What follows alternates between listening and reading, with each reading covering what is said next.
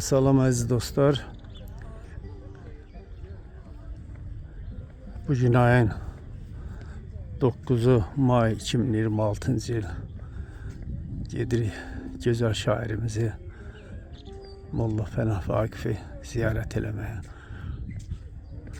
Bərpa olunandan sonra olan məqbərə aralıdan cəlb eləyir. Çox gözəldir. Çox gözəldir. Allah Molla Pənah Vaqifin ruhunu şad eləsin. Allah rəhmət eləsin. Gözəl şairimiz, gözəl insan, gözəl alim, tariximizdir, fəxrimizdir.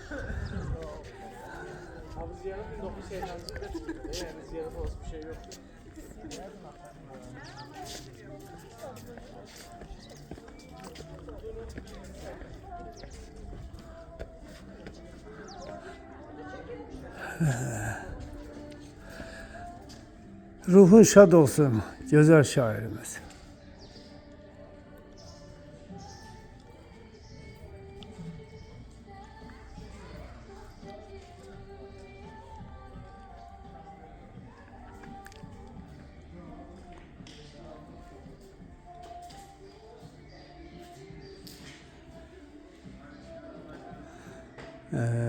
Hələlik.